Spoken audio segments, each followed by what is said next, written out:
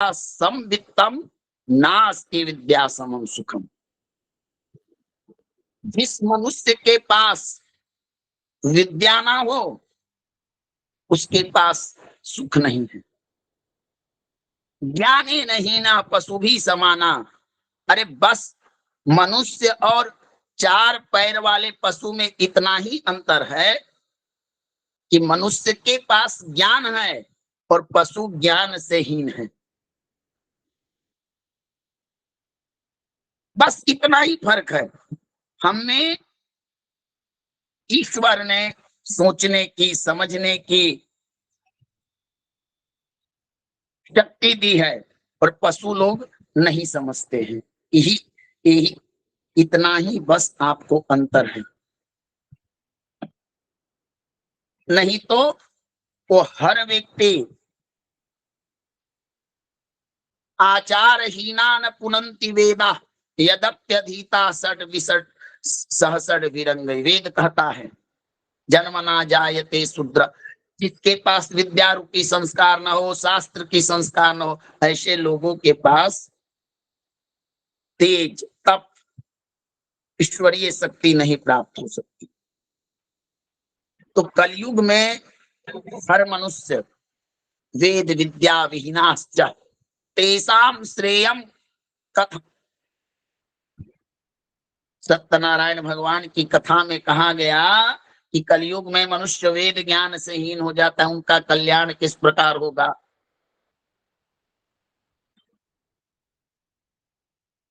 ज्ञानम संप्राप्य संसारे यह परेभ्यो न इच्छति ज्ञान रूपी हरि तस्मै प्रसन्न एवं न इच्छति। जो लोग ज्ञानी होकर ज्ञान नहीं देते उन पर ईश्वर की कृपा कहां से होगी। तो ज्ञान बहुत ही बहुमूल्य चीज होता है। इसीलिए तो हमारे शास्त्राकारों ने बताया कि कलयुग में मनुष्य की कलयु युगे ततो अल्पैव बुद्धि पापू तरा नरा। मैत्रेय जी से पराशर जी ने पूछा कि भगवान बताइए कि कलयुग में लोग संस्कारहीन होंगे, ब्राह्मण संध्या वंदन से हीन होंगे, यज्ञ नहीं करेंगे, स्वयं के लिए जीविकोपार्जन के लिए यजमान के यहाँ खुद जाकर मंत्रों को पढ़ेंगे, लेकिन अपने लिए कुछ नहीं करेंगे, ना परोपकार करेंगे, ना किसी का भलाई करेंगे, सिर्फ जीविको उपार्जन के लिए। तो कैसे फिर ये ज्योतिष विद्या किस प्रकार चल पाएगी, जन कल्याण कैसे हो पाएगा।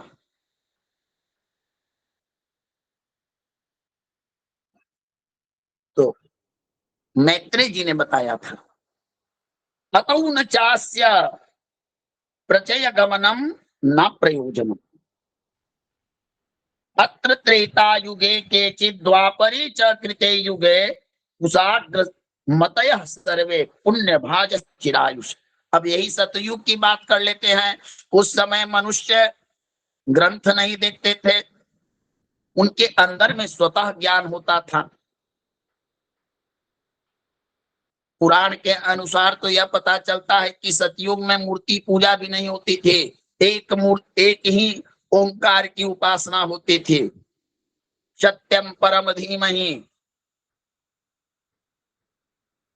फिर युग का प्रभाव बढ़ता गया, सतयुग त्रेता द्वापर, उसके अनुसार मनुष्य का मन बुद्धि संस्कार भी गिरता चला गया और कलयुग में तो सब खत्म ही हो गया। शूद्र करहि जप तप नाना बैठी बरासन कहीं पुराना वरण धर्म नहीं आश्रमचारी स्तुति विरोध रत सब नर नारी। कोई श्रुति किसी ब्राह्मण विप्र निरक्षर लोलुप कामी निराचार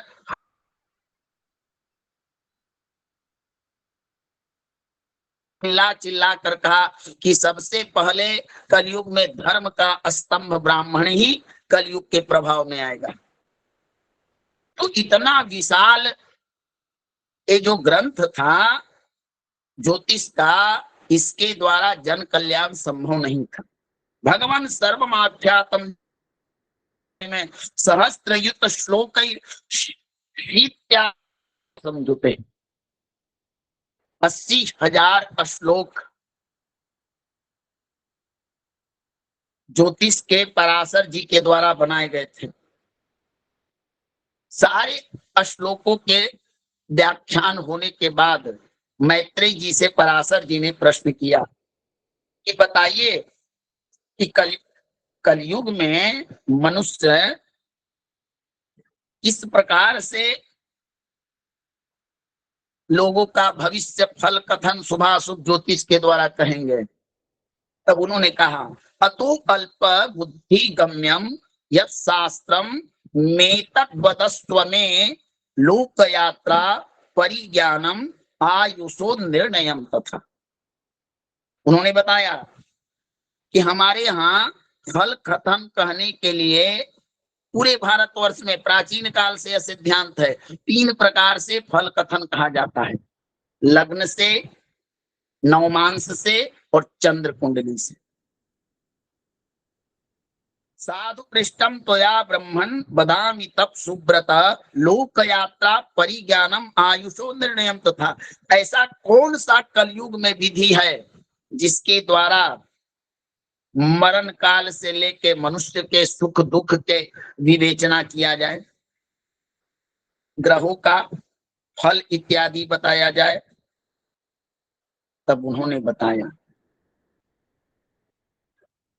कि आचार्य समुखाद शास्त्रम तो शृणुयाद बुध संप्रदायेन सोतश्चस्मिन् शास्त्रे महामति।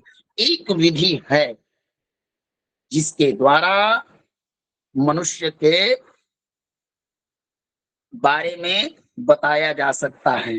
तनु स्पेशो पंच कामे अर्णवा सुखे अरौ भाग्ये त्रयः पुत्रे षट् करौ खे भवे च भू लग्न इंदु जीव शुक्र ज्ञास्तनौ खे मरणे पिच रवि भौमार्क चंद्रा व्यय सितार क्या। अष्टक वर्ग के बारे में उन्होंने बताया कि अष्टक वर्ग ही जो है जिसके द्वारा कलयुग में मनुष्य मंद बुद्धि, उन्होंने मनुष्य को मंद बुद्धि मानव ऐसा कहकर मैत्रेय जी ने कहा था।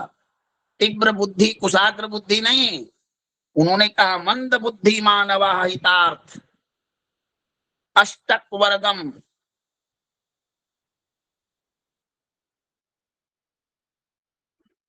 मंद बुद्धि मनुष्यों के कल्याण हेतु उन्होंने अष्टक वर्ग का निर्माण किया था। ये अष्टक वर्ग सुखा सुखशीर्ष जले सुसम, मैदिनी ज्योतिष में भी बताया गया कि कलयुग को देखकर यवनाचार यवन देश के इत्यादि आचार्यों ने भी इस अष्टक वर्ग का शोधन किया। हमारे यहाँ जितने भी ज्योतिषी हुए, चाहे 12 मिहिर हुए, जितने लोग हुए, सबने इस ज्योतिष की विधा को अष्टक वर्ग के बारे में बताया। कुछ और श्लोकों को बारे बताकर आपको व्याख्यान बताता। संयुक्त सकर्मणाम फलज्ञ प्राचीन परिकीर्तितोष्टवर्गः विज्ञानम विदुषान्यथा फलानाम दुर्गेयम गुण दोष संभवम च। फल दीपिका ने कहा हम अष्टक वर्गम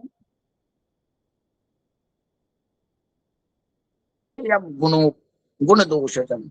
कलयुग में अष्टक वर्ग के ज्ञान से मनुष्य को समस्त शुभ अशुभ फल का वैज्ञानिक ढंग से जाना जा सकता है। अष्टक वर्ग की सहायता से हम दशा से नहीं जान सकते, अंतरदशा से चर भी सामान्य।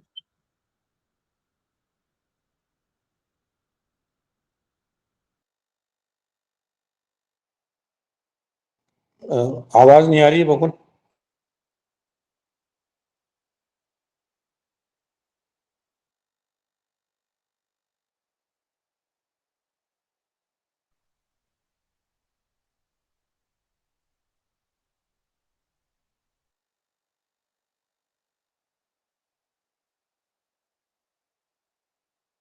तो अथ कथ्यते अष्टो अष्टवर्ग मुनि भी पुराण लोक हेलो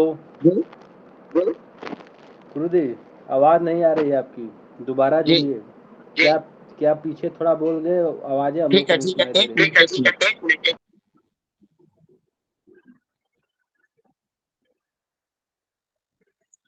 अतो अष्टवर्गो मुनि भी पुराण संकीर्तितो लोकहितैत छुहिर यः सारम समुद्धृत्य ततो अष्टक वर्ग निबत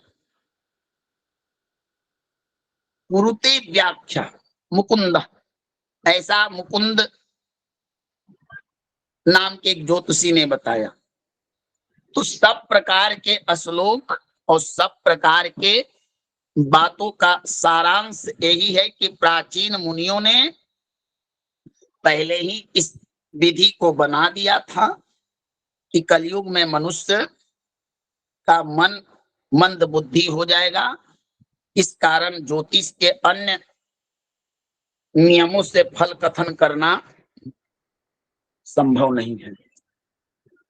इसीलिए अष्टक वर्ग का निर्माण किया गया और अष्टक वर्ग के द्वारा हम सभी फलों को जान सकते हैं। क्लियर? समझ में आ गया ना अष्टक वर्ग की महानता? जी जी भगवान आया। चलिए, क्यों बनाया गया ये प्रश्न है। क्योंकि कलयुग में मनुष्य की बुद्धि और उसका तपबल इतना नहीं होता है कि ज्योतिष शास्त्र का संपूर्ण फल कथन सटीकता पूर्वक कर सके। ये बात आप लोग, इसीलिए अष्टक वर्ग के द्वारा हम अगर फल कथन करें तो हमारा फल कथन सटीकता से घटित भी होता है, फलित भी होता है, व्यवहार में उसका प्रत्यक्ष अनुभूति भी होती है। और ये ऋषि मुनियों के द्वारा प्राचीन काल से यह विधि चली आ रही। चलिए, हमने पढ़ा था पिछले खंड में कि ज्योतिष में गोचर के बारे में हम लोगों ने पढ़ा था। गोचर में हम क्या देखते हैं कि चंद्रमा जन्म स्थान में जिस राशि में बैठा हो उस राशि से हर ग्रह चलते समय कुछ ना कुछ जातक के ऊपर शुभाशुभ अशुभ शुभाशुभ प्रभाव देते हैं। यही पढ़ा था हम लोगों ने गोचर में ना। चलिए, लेकिन ये तो सामान्य फल हुआ भगवान की ग्रह देते हैं। और आप सोचिए, अगर हम चंद्रमा से अगर गोचर पर संपूर्ण ज्योतिष शास्त्र को खत्म कर दे, इसके बाद फल कथन जानने का दूसरा कोई विधा ही नहीं है, गोचर पर ही समाप्त हो जाए, तो हमारे जीवन में मात्र 12 प्रकार के ही फल घटन होते हैं। हमारे शरीर में ही कष्ट होता है, हमारा धन तक ही हमारा जीवन है। अगर चंद्रमा के द्वारा आप गौर कीजिए, चंद्रमा के द्वारा आप 12 भाव तक ही तो फल देखते हैं ना। जी भगवान। अगर हम ये मान लें कि चंद्रमा से एकमात्र हम चंद्रमा से गोचर विचार करके अपने ज्योतिष के ग्रंथ को यहीं पर क्लोज कर दें, तो क्या एक वैदिक ज्योतिष का उपहास या परिहास होगा कि नहीं होगा? जी भगवान। लेकिन इस बात को ऋषियों ने नहीं माना। क्यों नहीं माना?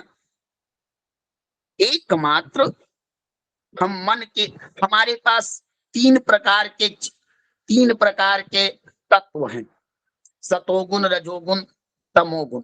एक मन है हमारा, एक आत्मा है हमारा, एक शरीर है हमारा। हम सिर्फ टारगेट मन को करते हैं। हमारा मन, जहां हम मन से विचार करते हैं ग्रहों के गति के बारे में। अरे हमारा जब शरीर ना रहे, आत्मा ना रहे, तो मन रहकर क्या करेगा?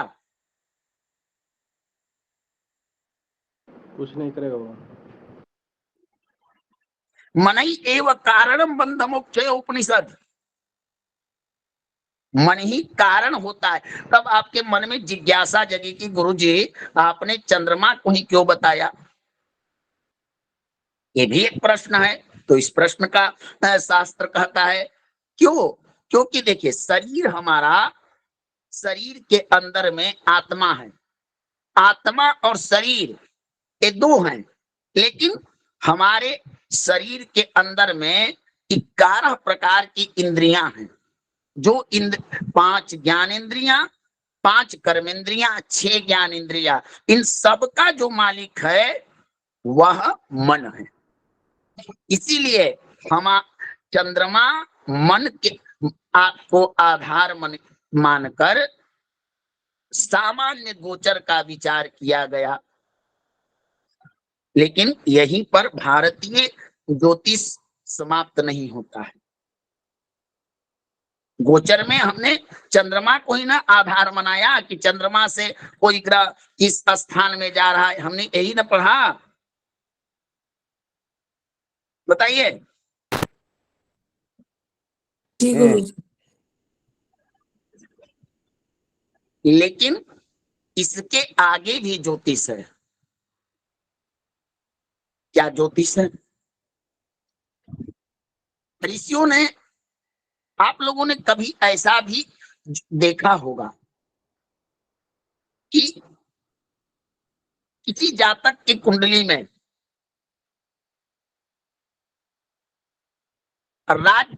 ऊंचा पद, उच्च योग बन रहा है। हमारे कक्षा में एक नवीन मिश्रा के सामने किसी महोदया के द्वारा यह प्रश्न आया था। वो बहुत पूर्व में किसी कक्षा में, वो रिकॉर्डिंग भी होगी। उसने पूछा गया था कि गुरुजी, जन्म पत्रिका में अच्छे योग बन रहे हैं, अच्छी दशाएं बन रही हैं, अच्छी अंतर दशाएं हैं, अच्छा गोचर भी है, फिर जातक को इसका संपूर्ण फल प्राप्त क्यों नहीं होता है?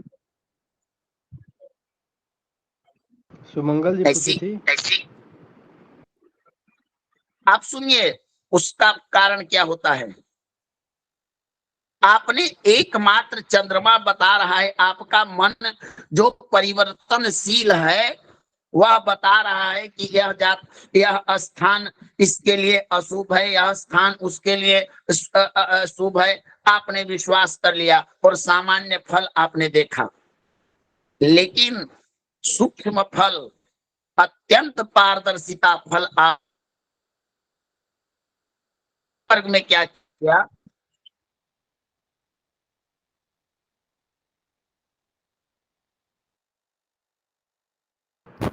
आवाज नहीं आ रही भगवान, आवाज नहीं आ रही है।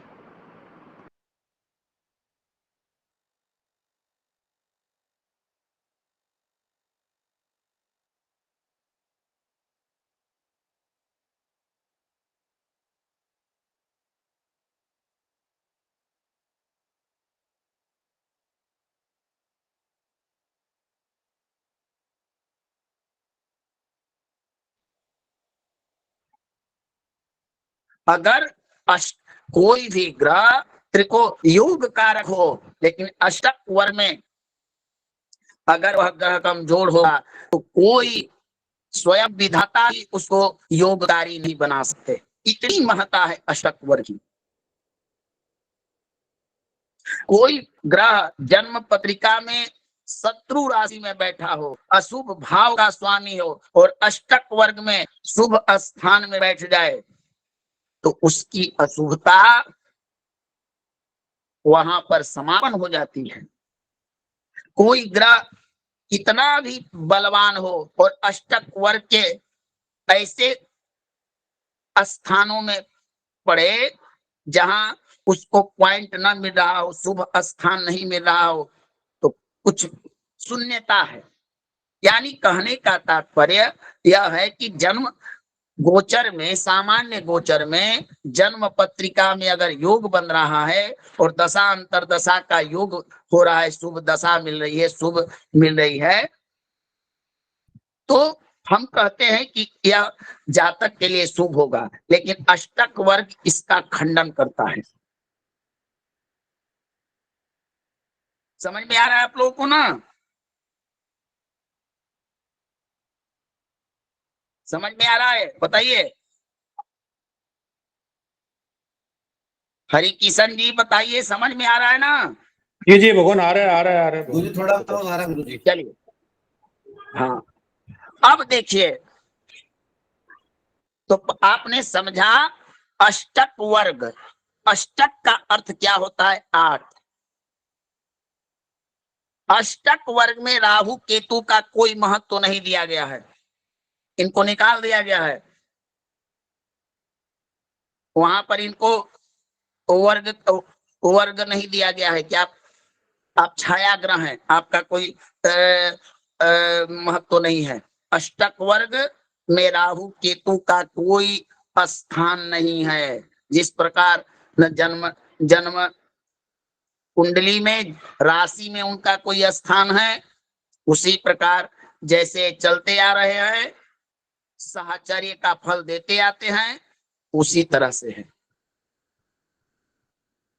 ठीक ना? समझ में आया? जी जी आए। जी गुरुदेव। हाँ, तो ये 8 वर्ग क्या होते हैं? तो अष्टक वर्ग में सूर्य, चंद्रमा, मंगल, बुध, गुरु, शुक्र, शनि और लग्न। क्या मैंने 8 बोला या कम है? जी जी हो गए भगवान, पूरे हो गए। अब क्या होगा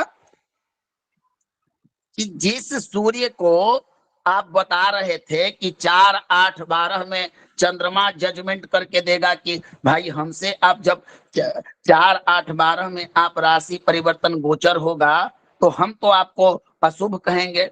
अभी तक यही आप लोगों ने पढ़ा था ना कि चंद्रमा से गोचर में 4, 8, 12 में कोई भी ग्रह का गोचर हो तो अशुभ होता है। आप अपना माइक म्यूट कर लीजिए सुशील राम जी। सुशील राम जी माइक म्यूट कर लीजिए। जो पढ़े हैं सो बताइए। नीतू जी, अभी तक आपने यही पढ़ा था ना? जी जी गुरु जी, बिल्कुल आप ये सही कह रहे हैं गुरु जी। लेकिन आप ये चैप्टर बंद कर दीजिए, एक चैप्टर खत्म। अब यहाँ चंद्रमा का चलने वाला नहीं है। 8 जज बैठेंगे सुप्रीम कोर्ट। सुप्रीम कोर्ट के 8 पीठ बैठकर निर्णय करेंगे कि भाई यह स्थान इस ग्रह के लिए शुभ है, इस ग्रह के लिए अशुभ है। और इन 8 के द्वारा जो स्थान बताया जाएगा वही स्थान होगा शुभ, नहीं तो चंद्रमा वाला स्थान सामान्य फल देगा। लेकिन ये 8 स्थान विशिष्ट फल के सूचक होंगे। अब जैसे मान लीजिए कि गोचर में आपने कह दिया कि सूर्य जन्मस्थ चंद्रमा से पहला, 7वां, 11वां शुभ स्थान देता है, शुभ गोचर है इसका, लिखे है ना?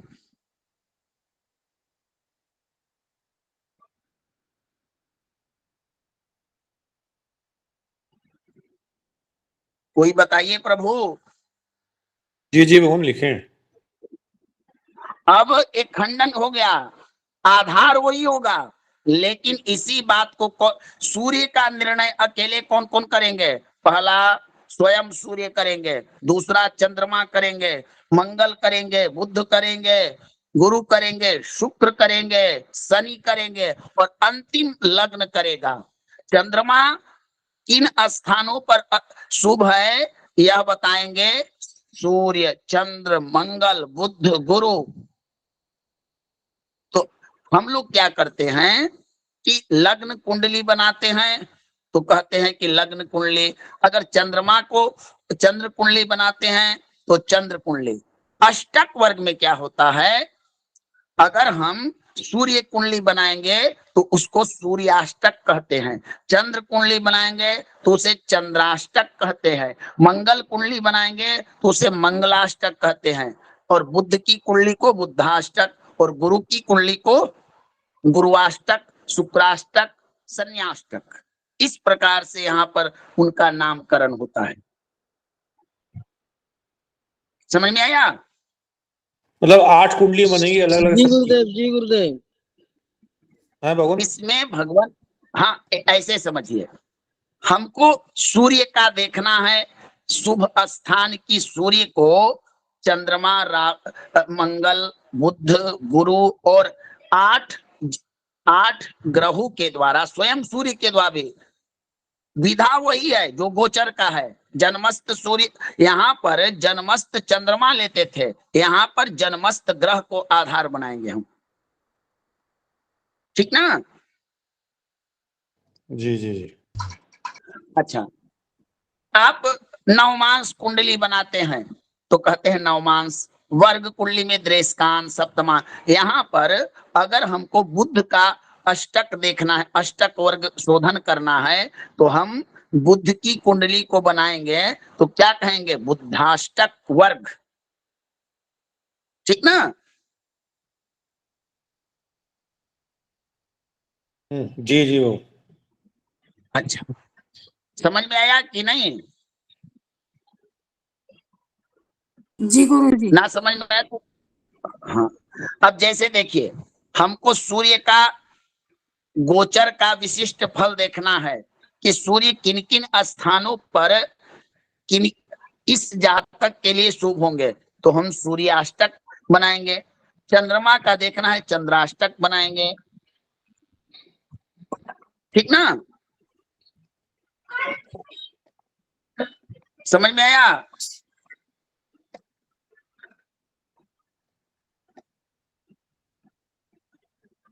दूसरा, जी गुरुदेव। ना समझ में आए तो इसे समझिए, जिस आपने जब आपको एक तो कल बताऊंगा कि कैसे भिन्नाष्टक बनाया जाता है, आज मैं समझा। मान लीजिए कि आपने देखा किसी धनु लगन की राशि, धनु लगन की कुंडली है, मैं आपको दिखाता हूं, ध्यान से देखिएगा अष्टक वर्ग को।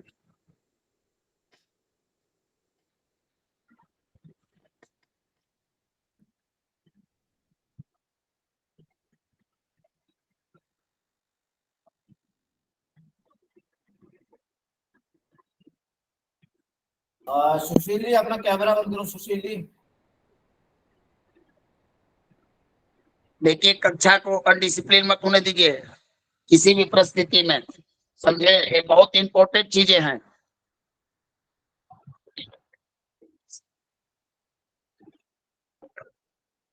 एक मिनट भगवान, नेट की समस्या हो।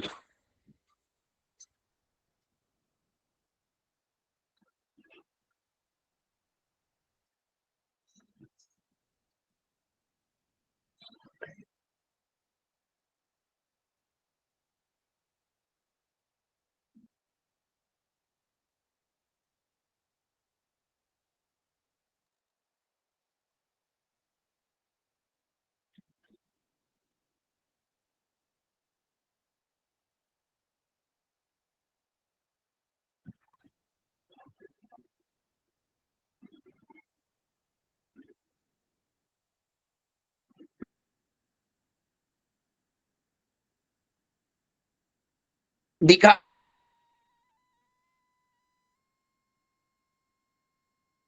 हाँ।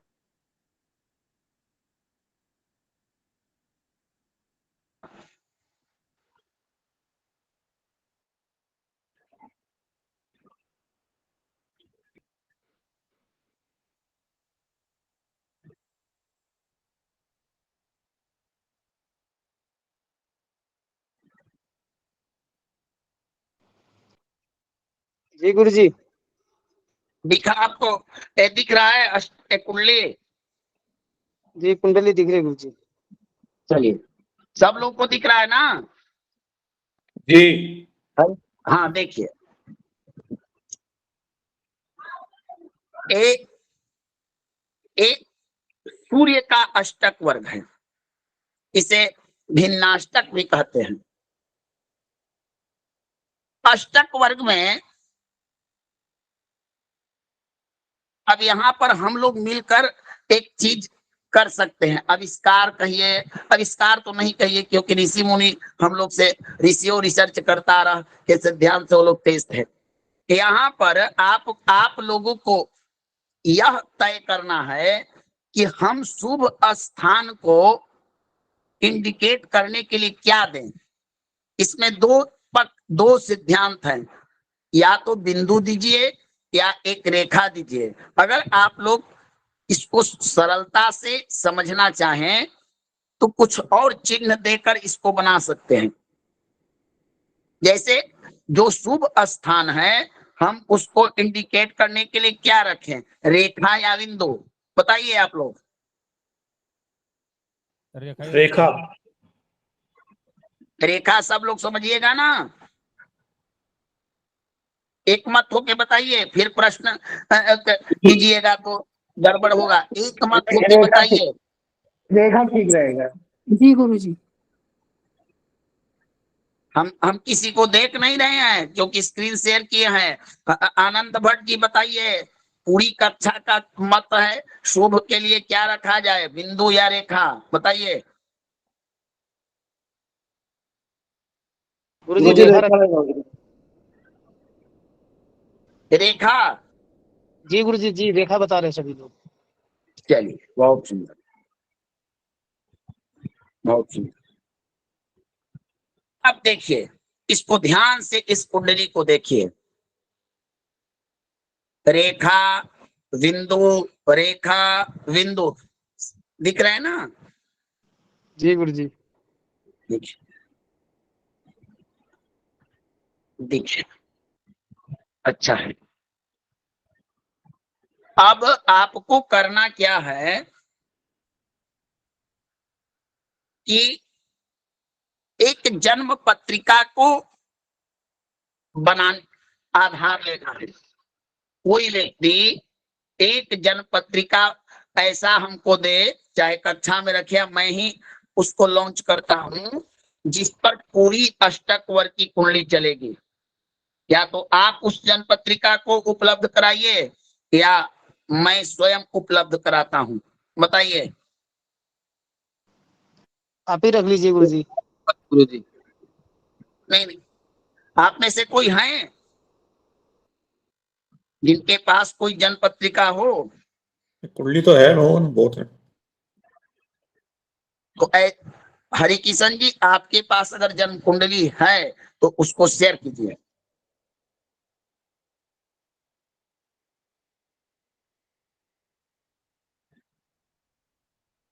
और आप लोग भी अपनी अपनी कुंडली या ऐसी कुंडली जो आपके पास उपलब्ध हो, इसको भी निकाल के रखिए। और देखिए,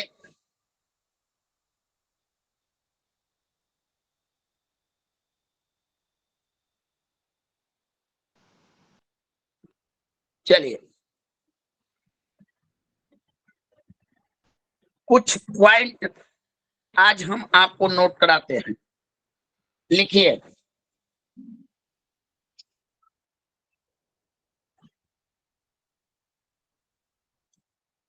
अष्टक वर्ग,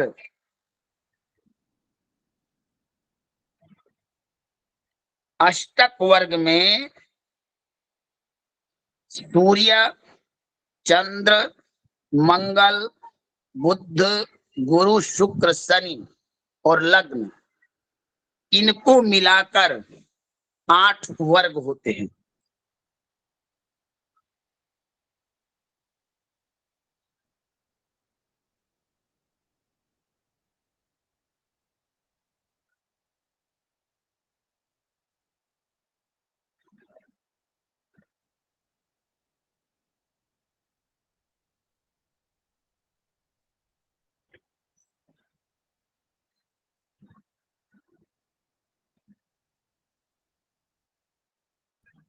ठीक ना। जी गुरु जी, सूर्य चंद्र मंगल बुध गुरु शुक्र शनि, बस यही है गुरु जी, या राहु केतु का भी है कुछ? भगवान मैंने पहले ही बता दिया था कि राहु केतु इसमें से बाहर होते हैं। जी जी जी। चलिए, शुभ शुभ स्थान को रेखा से चिन्हित किया जाता है।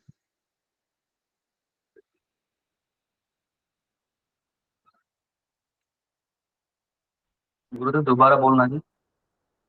शुभ स्थान को रेखा से चिन्हित किया जाता है।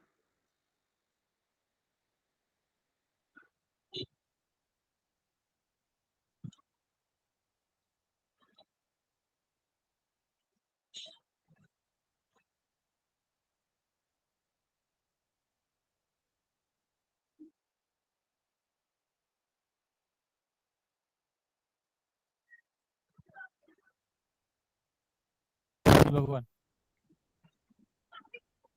अशुभ स्थान को बिंदु से सूचित किया जाता है।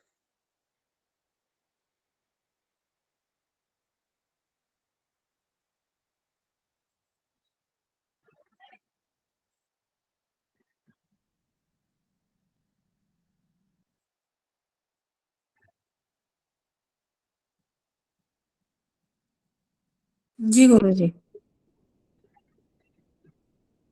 ठीक ना। जी जी अष्ट- गुरु जी। अष्टक वर्ग में सभी ग्रहों के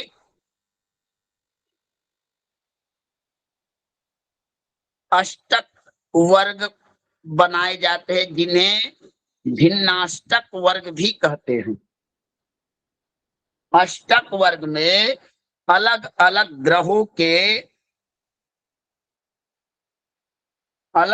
ग्रहों के वर्ग बनाकर शुभाशुभ विचार किया जाता है, जिसे हम भिन्नाष्टक भी कहते हैं।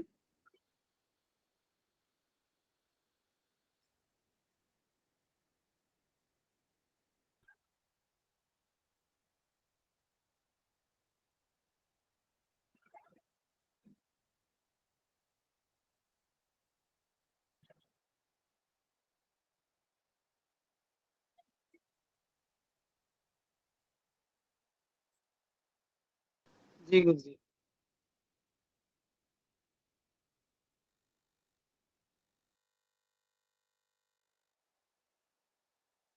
गुरुदेव अलग अलग ग्रहों के वर्ग बनाकर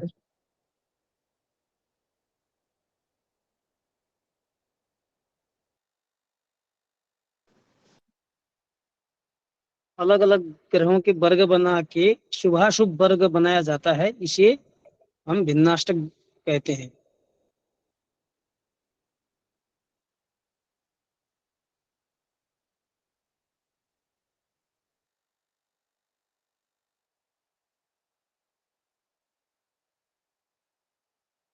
शुभाशुभ का विचार किया जाता है।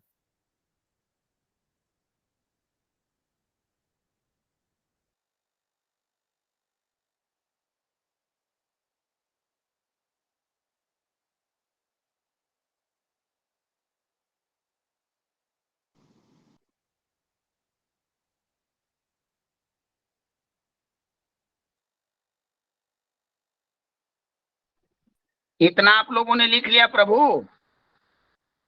जी गुरु जी। चलिए,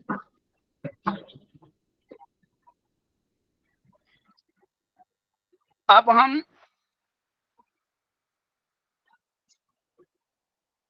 कुछ पॉइंट आपको पहले ही नोट करा देते हैं, ताकि आगे चल के आप लोगों को किसी प्रकार की परेशानी ना हो। हर ग्रह का प्रस्ताराष्टक निर्माण किया जाता है, जिसके द्वारा हम यह पता लगा सकते हैं कि, इसको नोट मत कीजिए, समझ लीजिए। भिन्नाष्टक के बाद निर्माण होता है प्रस्ताराष्टक, जिसके द्वारा हम यह निर्माण जान सकते हैं कि हमारे ऊपर इतना अशुभ स्थिति बना हुआ है, तो क्यों बना हुआ है और कब तक बना रहेगा? ये सब चीजें हर ग्रह के प्रस्ताराष्टक बनाता है, इसको नोट करने की। उसके बाद अष्टक वर्ग का फाइनल पोजीशन होता है सर्वाष्टक वर्ग, जिसमें सभी अष्टक वर्ग में ग्रहों का पॉइंट होता है। अब सूर्य की अष्टक वर्ग में 48 रेखाएं प्राप्त होती हैं, चंद्रमा की कुछ संख्या है, ये सब जोड़कर सर्वाष्टक वर्ग का निर्माण किया जाता है। अष्टक वर्ग में 1, 2, 3 रेखा वाला भाव अशुभ माना जाता है। 4 से ऊपर अगर किसी भाव में रेखा प्राप्त हो, 4, 5, 6, 7, तो अत्यंत शुभ माना जाता है। जिस भाव में रेखा ही ना हो वह अत्यंत विनाशकारी होता है। ये सब मैं बारीकी से दिखाऊंगा, आज आपको सिर्फ चर्चा कर रहा हूं। अब जैसे उदाहरण के लिए आप देख लीजिए, इस सूर्याष्टक वर्ग, आपको सूर्याष्टक वर्ग में आपको दिखा रहा हूं। किन्हीं का कोई जन्म कुंडली है साक्षी जी आपके पास? जी गुरुजी है। चलिए निकालिए उसको, है गुरुजी। चलिए निकालिए, आप है जी। निकालिए, एक आदमी निकालिए और मैं बोलूंगा तो समझिएगा, और आप ग्रुप में डालिए, फटाफट डालिए समय। गुरुजी ग्रुप आप में लोगों या ने, यहाँ स्क्रीनशॉट? नहीं आप ग्रुप में ग्रुप में डालना है या डालिए, यही स्क्रीन कर दूं? स्क्रीन आप ग्रुप में डालिए ना। ठीक है गुरुजी। अच्छा ये बताइए, आप लोगों ने या तो समझ लिया ना कि जब हमको अष्टक वर्ग में शुभ स्थान देखना होगा तो हम रेखा वाले को समझेंगे ना? जी गुरुदेव जी। जी गुरुदेव। सब लोग क्लियर हो गया हरि किशन जी ना? जी गुरुदेव क्लियर है। हरि जी जी किशन हो जी, गया। जी जी जी। अच्छा। और अशुभ स्थान को क्या कहेंगे? बिंदु गुरुजी। बिंदु। बिंदु। ठीक। अरे यार चल। बिंदु से करेंगे, बिंदु। तो हमको शुभ स्थान का फल कथन करना होगा तो किससे करेंगे? से रेखा गुरुदेव। से। रेखाओं से। और अशुभ स्थान का फल कथन करना होगा तो किससे करेंगे? बिंदु से गुरुजी। बिंदु से गुरुदेव। बिंदु से। एकदम इसको बिठा लीजिए, यही आपका अष्टक वर्ग में काम करेगा। और अब चलते हैं, थोड़ा हम इसको अष्टक वर्ग के थोड़ा अपना पांव बढ़ाते हैं। हमने गोचर में पढ़ा था कि सूर्य जन्म स्थान से चंद्र राशि से 1, 4, 7, 10, 8 दूसरे 9वें 11वें स्थान पर शुभ होता है ना? जी गुरुदेव। हरि किशन जी बताइए, ऐसा ही था? जी मोहन जी जी जी।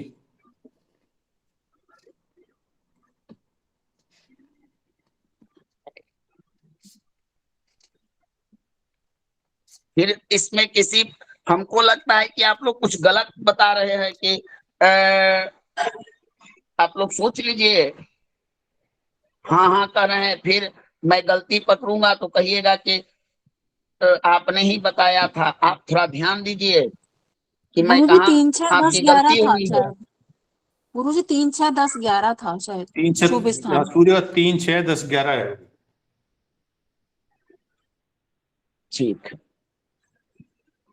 ठीक है, चलिए। लेकिन हम गोचर की बात पर विश्वास नहीं करते हैं, हम अष्टक वर्ग पर रहे, तो जो अष्टक वर्ग का सिद्धांत है हम उस पर अब फोकस करेंगे। यानी कि सूर्य का शुभ स्थान अष्टक वर्ग में हो गया 1 2 8 3 12, 1 2 8 3 12, यानी सूर्य 1 2 4 8 9 10 11, कोई लिखता है 1 2 3 8 12, हमको मानना है 1 2 4 7 8 9 10 11, ठीक ना।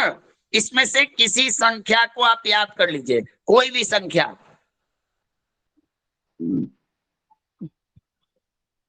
बताइए। 4 याद करेंगे भगवान, 4। चलिए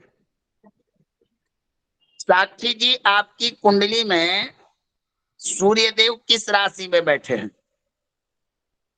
गुरुजी चौथी राशि में, कर्क में, तीसरा भाव। तीसरा। अष्टक वर्ग के सिद्धांत के अनुसार सूर्य अपनी जन्म राशि से अष्टक वर्ग में अपनी जन्म राशि से, अब कर्क से उसका चौथा कौन सा राशि आएगा? मतलब कर्क अपने अपनी जन्म राशि से कितनी देर में बैठेंगे वो ना? 6 वहां आएगा, छठा भाव आएगा। 6 में आया गुरुजी, 6वां। मैं जो पूछ रहा हूँ पहले, मेरा जन्म राशि कुंभ है। मैं जो पूछ रहा हूँ आप समझ नहीं रही है। सूर्य जन्म कुंडली में जिस राशि में बैठे हो, जिस प्रकार आप अष्टक वर्ग जब कुंडली बनाइएगा तो सूर्य जन्मगत सूर्य जन्म स्थान का सूर्य से 4 आगे बढ़िए आप। जी गुरुजी। 7 तुला राशि है गुरुजी। तुला राशि। तुला राशि यानी तुला राशि यानी 7 जाता है ना। जी जी जी। अब देखिए, अब मैं आपको बताता हूँ। अब मैं आपको यहाँ पर स्क्रीन शेयर करके ब्रह्मानंद जी बताता माइक हूँ। म्यूट कीजिए। ब्रह्मानंद जी माइक म्यूट कीजिए। जी गुरुजी। चलिए 1 मिनट प्रभु, 1 मिनट। अब देखिए यह दिख रहा है ना सूर्य का अष्टक वर्ग, जी दिख रहा है। बताइए। अब देखिए, अब मान लीजिए कि यह किसी जातक का मेघ लगन की कुंडली है, ऐसा हो सकता है ना? आप लोग बताइए, हो सकता है कि नहीं? बिल्कुल हो सकता है हो गुरुजी। सकता है। जी जी हो सकता है। एक जन्म कुंडली है और सब ग्रह अपने अपने स्थान पर बैठे हुए हैं। सूर्य, जी गुरुजी। देखिए सूर्य जहां बैठता है उससे हमने पढ़ा था चौथी राशि पर वह शुभ होता है। तो हम सूर्य मेघ से चौथी राशि पर आया तो यहाँ पर एक रेखा देता है। ये सूर्य का शुभ स्थान हुआ कि नहीं? कौन सा चौथे भाव में लिखेगा क्या भगवान? सूर्य जन्म राशि में अगर पहला स्थान पर बैठेगा तो उससे चौथा कौन सा घर आएगा? चौथा भाव आएगा गुरुजी। चौथा भाव। चौथा। यहाँ पर इसने एक रेखा दिया, एक बताया कि मैं यहाँ पर शुभ होता हूँ, ठीक ना? अच्छा समझ गए। चौथे स्थान पे शुभ होएगा तो वो शुभ की एक रेखा वहां छोड़ेगा, इंडिकेट करेगा ना आपको कि मैं यहाँ पर शुभ हूँ। अभी आप लोगों ने तय किया ठीक था है, कि ठीक है हम रेखा से करेंगे। आप इसको कुछ और लगा दीजिए जो आपको समझ में आ रहा है शुभ स्थान के लिए। ठीक ठीक ठीक है गुरु। चलिए, अब अगला यह कहता है कि मैं 7वें स्थान पर शुभ होता हूं, तो सूर्य 7वां स्थान पर भी अष्टक वर्ग भिन्नाष्टक वर्ग में एक रेखा दिया। 7वां आएगा ना तुला। ठीक है, जी ठीक जी है, हाँ जी। जी। अब दूसरा स्थान पर सूर्य शुभ होता है, तो दूसरे पर दिया ना। दूसरे को भी एक दिया मोहन। हाँ। यहाँ तो रेखाएं बहुत है प्रभु, तो सब सूर्य नहीं दे रहा है, अभी और लोग देंगे, समझे। हम सूर्य का विचार कर रहे हैं कि सूर्य पहले दिया, चौथा, 7वां, 8वां, एकादश में सूर्य ने भी एक रेखा दिया है। ये जो 3 रेखाएं हैं इनमें सूर्य ने भी दिया है ना। जी जी जी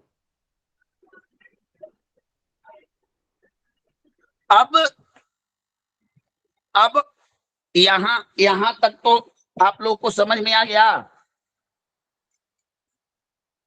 जी गुरुदेव। हाँ जी। और 1 2 4 7 8 9 10 11 में सब में आ जाएगा वो। पूरी कुंडली में चला है उससे मतलब नहीं है, लेकिन सब जगह रेखा नहीं देगा। अभी आपको उतना दिक्कत होगा, मैं समझ रहा हूं। अब देखिए, याद रखिए, सूर्य अपने स्थान से कहां कहां रेखा देता है, शुभ होता है अष्टक वर्ग में।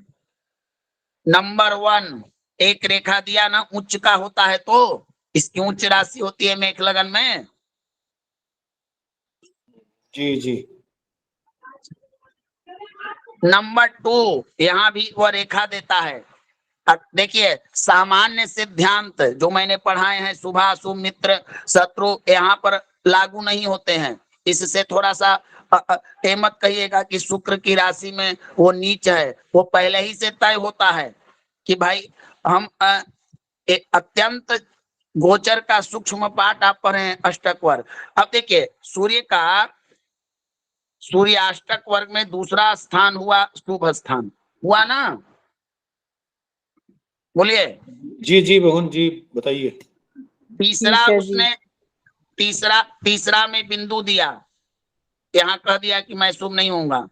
चौथा उसका शुभ स्थान हुआ, 7वां उसका शुभ स्थान हुआ, 8वां, 9वां, 10वां और 11 ये सूर्य से शुभ स्थान हुआ। किससे हुआ? सूर्य से। हाँ, एक वर्ग आपने पूरा कर लिया, किया ना, सूर्य से सूर्य का निकाल लिए ना कि कहां कहां सुप्रद है। जी जी जी। अब देखिए, अब इस जन्म पत्रिका में चंद्रमा को खोज के बताइए कहां लुकाया हुआ है कि नहीं है?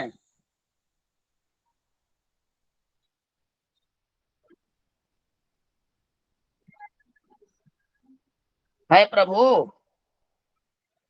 नहीं दिख रहा होगा। कृष्ण पक्ष में जन्म था, 10वें स्थान में है, अमावस्या वगैरह का इसका जन्म होगा, मकर राशि में है ना। जी जी मोहन। 7.5 के प्रभाव में, इसीलिए लगता है कि छुप गया होगा। चलिए, 10वें वो स्थान में चंद्रमा लिटा हुआ है शायद, कुंभ राशि में है लिटा वो। हुआ सा लग रहा है। हाँ, मकर में है। चलिए चलिए, चंद्रमा 10वें में है। अब सूर्य को चंद्रमा से शुभ स्थान देखना है, तो हम चंद्रमा से सूर्य कहां कहां शुभ होता है, तो 3, 6, 10 और 11वां स्थान। अब चंद्रमा से सूर्य का तीसरा स्थान कहां होगा बताइए? 12वां भाव। एक रेखा दिया, दिया ना? जी हरिकिशन जी समझ में आ रहा है कुछ या नहीं? यानी ये एक बार दोबारा बताइए, चंद्रमा जो कुंडली में एक बैठा है मिनट। चंद्रमा, वो जगह देखेंगे ना इसमें भी? एक अच्छा। मिनट एक मिनट एक मिनट एक मिनट एक मिनट प्रभु, आप लोग चिंता ना कीजिए, मैं ऐसा सरलतम से पढ़ाऊंगा कि फिर आपको दिक्कत ना होगी। ये हुआ इस जातक का जन्म कुंडली, इसको देखिए, यही जन्म कुंडली थी ना? जी जी हाँ जी हाँ जी यही था ना प्रभु हरिकिशन जी? हरिकिशन शर्मा, जी जी सुन रहा हूँ भगवान। ये जो वो साक्षी जी ने डाली हो तो अलग डाली है, कुछ और डाली है? नहीं नहीं, जो गुरुजी अभी बात कर रहे हैं वो तो यही वाली थी जिसके अभी सूर्य दिखा रहे थे। अच्छा, इसके निकाले हैं क्या वो भी अपन ने? अच्छा ठीक है। जी जी। हाँ जी देख लीजिए एक बार सब ग्रहों का प्लेसमेंट, मैं हाँ समझा जी दूं। गुरुजी यही थी, ठीक है, यही ठीक है। अभी सूर्य का आपने निकाल लिया है ना, सूर्य से ये जन्म चक्र है। जी भगवान, हाँ। अब आ गया ना? ठीक है, अब देखिए, तो देख उसमें भी सूर्य सूर्य सूर्य का हमने शुभ स्थान निकाल लिया।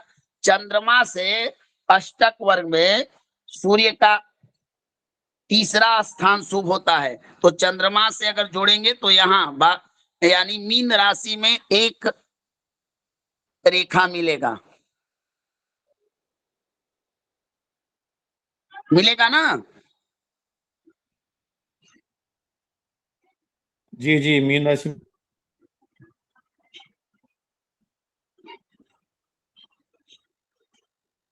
छठा स्थान जोड़िए, 10 चंद्रमा से छठा स्थान, तीसरा भाव। तीसरा रेखा है जी वहां महोदय पर। बोलिए। नीलम भारद्वाज जी बोलिए, महोदय बोले।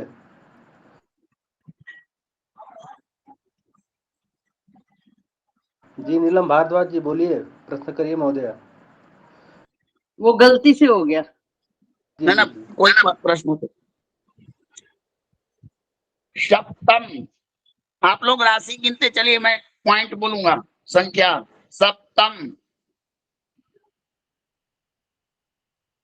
नहीं, सप्तम नहीं होगा, यहाँ पर होगा 10 10 10 आएगा ना, 10 आएगा। चंद्रमा से 10, सप्तम भाव। चंद्रमा से एकादश,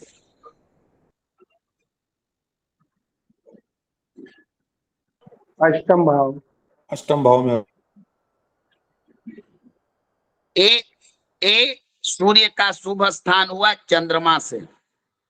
अब मंगल से देखें तो 1 2 4 7 8 9 10 11, बहुत ज्यादा उन्होंने मंगल ने सूर्य को बहुत ज्यादा शुभ स्थान दिया। पहला दिया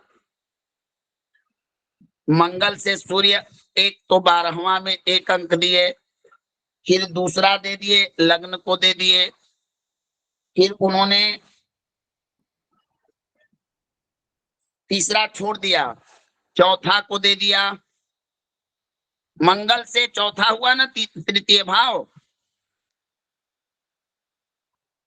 जी जी मंगल से सप्तम भाव।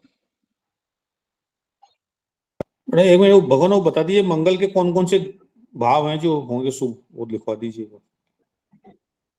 हरिकिशन शर्मा जी, ये जो कुंडली आप बना रहे हैं अष्टक वर्ग, ये सूर्य का भिन्नाष्टक है। मैंने क्या कहा, हर ग्रह तय करेंगे कि कौन सा ग्रह किस ग्रह से किस शुभ स्थान में होगा। देखिए यहाँ पर 48 अशुभ स्थान है इस भाव सूर्याष्टक वर्ग में, 48 अशुभ स्थान है और बाकी जो बचे वो शुभ। तो अभी सूर्य से सूर्य का शुभ स्थान आपने देखा चंद्रमा से सूर्य का शुभ स्थान देखा, अब मंगल से निकालना पड़ता है, बुध से ठीक है। निकालना पड़ता है, फिर हाँ, तभी तो 8 वर्ग पूरा होंगे ना। हाँ, लेकिन मंगल के कौन कौन से हैं नंबर वो लिखवा दीजिए ना भगवान। जैसे चंद्रमा के आपने 3, 6, 10, 11 लिखवाया था, ऐसे मंगल के कौन कौन से हैं वो पूछ रहा हूँ। भगवान अभी लिखिए मत, आप समझिए, कल पुनः चर्चा करूंगा और भिन्नाष्टक वर्ग सादे पन्ने पर आपसे स्वयं बनवाऊंगा, ठीक ना। ठीक है जी। अभी समझिए, जो मैं समझाने का प्रयास, समझ में आ रहा है कैसे बनता है। हाँ, वो समझ में आ रहा है, हम साथ साथ बना भी रहे थे, इसलिए मैं देख रहा था, पूछ रहा था आपसे। नहीं, कल बना लीजिएगा, कल, आज लेट हो गया है, बहुत ज्यादा हो गया है, ठीक ना। ठीक है वो। तो ये हुआ सूर्य का भिन्नाष्टक। अब हम इसको कल बनाएंगे आप लोगों की कुंडली के अनुसार। एक कुंडली आप ही लोग के द्वारा लिया होगा, उसके द्वारा हम बनाएंगे, ठीक ना। ठीक है वो। ठीक। चलिए, कोई प्रश्न?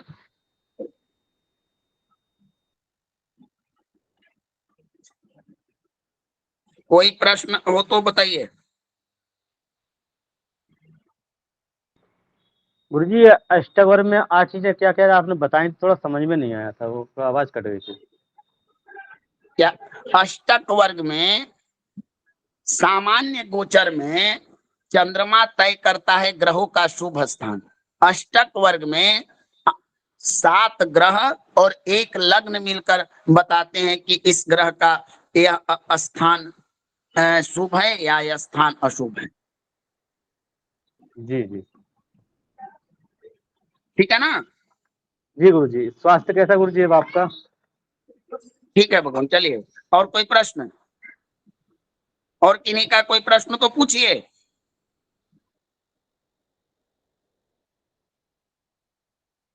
जो ये प्रकरण को न पढ़ पाएगा, मैं एकदम एक गुरु होने के नाते कह रहा हूं कि जीवन भर ज्योतिष के ग्रंथ पढ़ते रहिएगा और जीवन भर गोचर और दशाओं को प्रकरण करते रहे, लेकिन फलित का आधार आपका मजबूत नहीं होगा।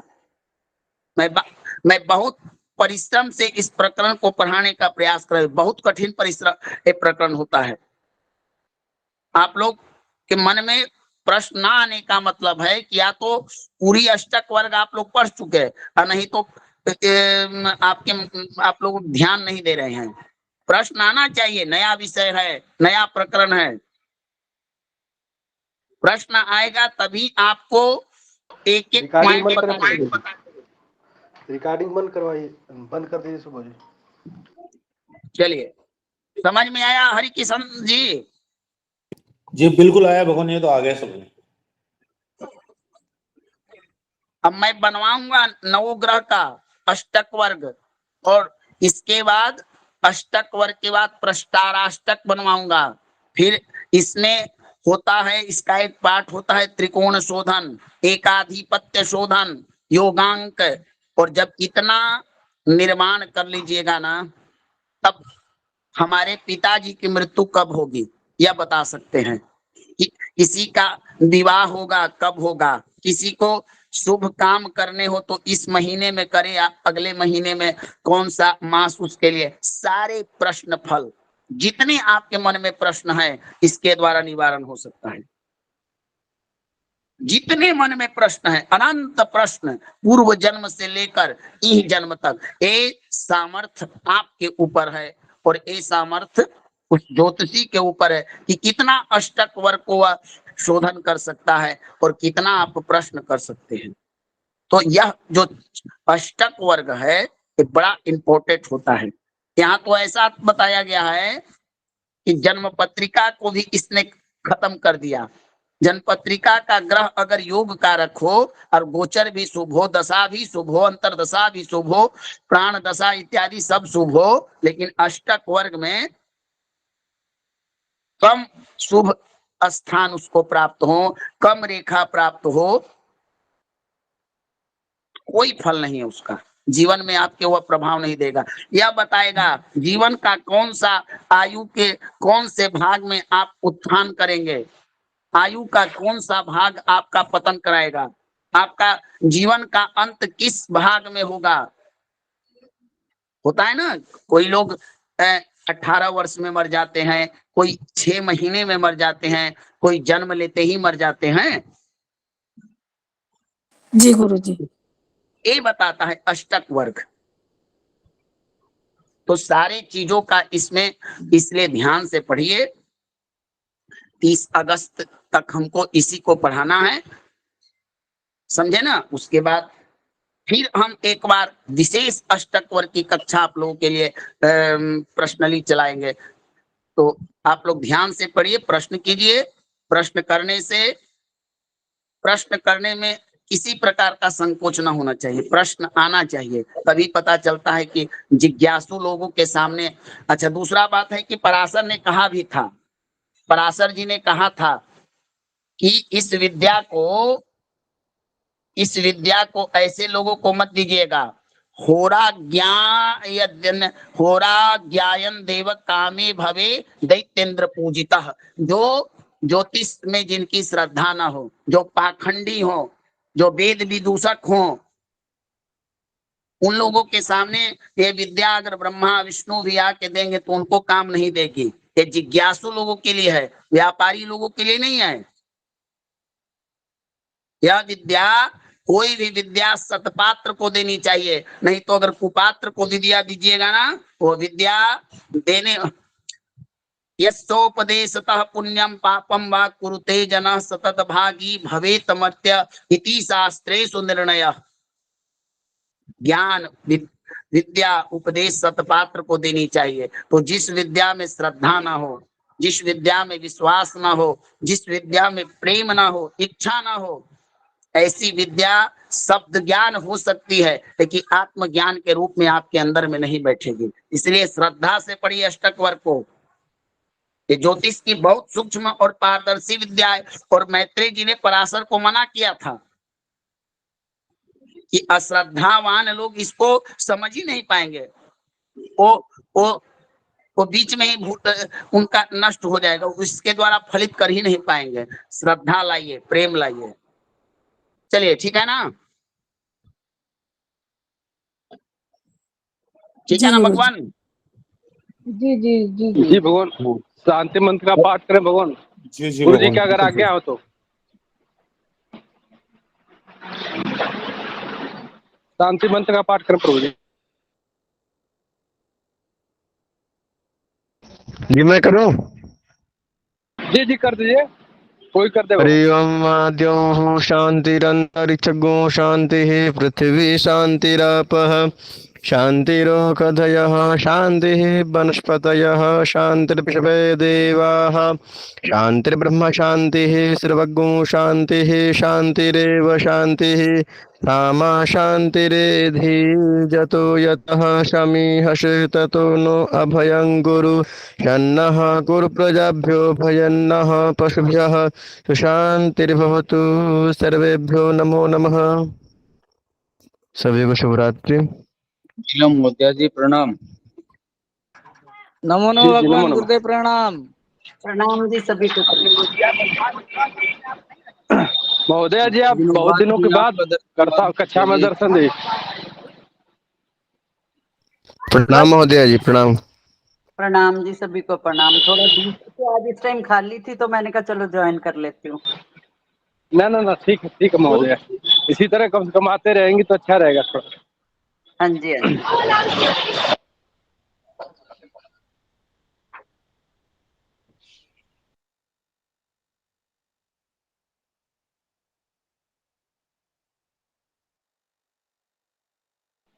कक्षा छोड़े भगवान सभी लोग। जी ठीक है, नमो नमः।